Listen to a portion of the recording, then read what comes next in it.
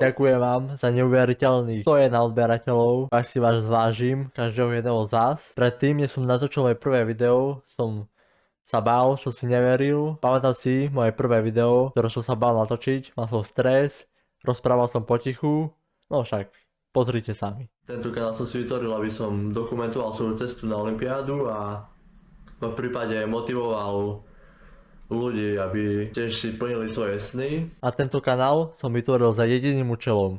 Oživiť slovenskú atletiku. Zo začiatku som točil videa na silu, nie preto, že by ma to nebavilo, ale preto